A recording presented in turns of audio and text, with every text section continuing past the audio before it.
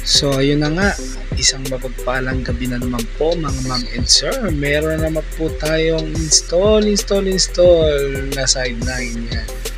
So andito tayo ngayon sa Pateros. Hulaan nyo na lang kung saan na.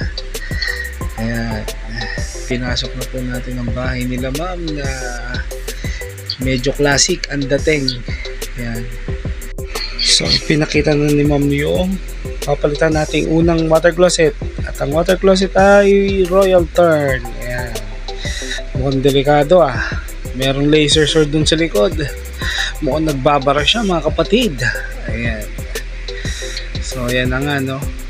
Siyempre agad-agad natin bibirahin yan. Baka mabira pa ng iba. Yung tanggalan natin yung lumang lavatory and water closet. Ayan yung papalit natin. Ang pangmalakasang Braun. Ayan o. So ayan. Binira na natin. Baka mabira pa ng iba. Nesting natin kung sasapat. Kung sasakto yung butas dun sa water closet. So yun na nga. Medyo may mga tumatama-tamang bato dyan. So kinikil pa natin ng konti. So inuna natin ikabit yung lavatory nya. Ayan. Yung wall hang lavatory. So ayan, sinukat na. Pinasok na yung ball wax. Ayan o. Si kuya mo, pawisan na. Ayan. Siyempre, mabilisan lang natin nagawa yan. Yung ginawa na nga pala natin dito no, is hindi tayo gumamit ng cement. Dahil flat naman yung surface na pagkakabitan. Ito na yung sa pangalawang area sa second floor. Ayan. Royal Turn din yan.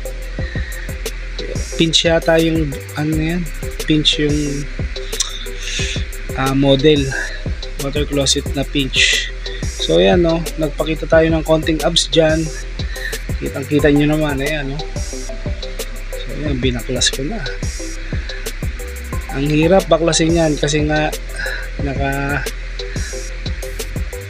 tile over tile yan, kaya parang nakabaon yung water closet. So ginawa natin, no choice tayo, bawakpakin natin lahat. Yun, napalit si Kupa nga. So yun na, dahil hindi siya flat, masyadong malaki, kailangan natin gamitan ng semento. Yan. Ayan na, finished product. Mabilisan lang. Kinabit natin yung soap holder ulit, and tissue holder. Ayan, mabilisan lang no? Ganda. Ang ganda niyan. Ayan no? Lalagyan na lang ng white cement sa gilid. At saka papalitan na lang yung bidet nila ma'am. Medyo luma na kasi. So ayan no? Yung lavatory. Papakita ko dyan yung sa first floor. Syempre hindi ko pinakita eh, baka sabihin nyo hindi namin nagawa. Ayan. Kagandahan sa ginamit namin installation niya kasi pwede siyang baklasin agad kasi nga sealant lang siya. Kung may clogging, ayan, ayan o, nakasilant siya o. Pero sa second floor hindi kaya eh, masyadong malaki yung butas. Ayun no. So maraming salamat po. Please like, share, and subscribe my channel. Let's go, let's go, let's go. Uwian na. Siyempre. Ayan. Dahil pa namin natirang buhangin.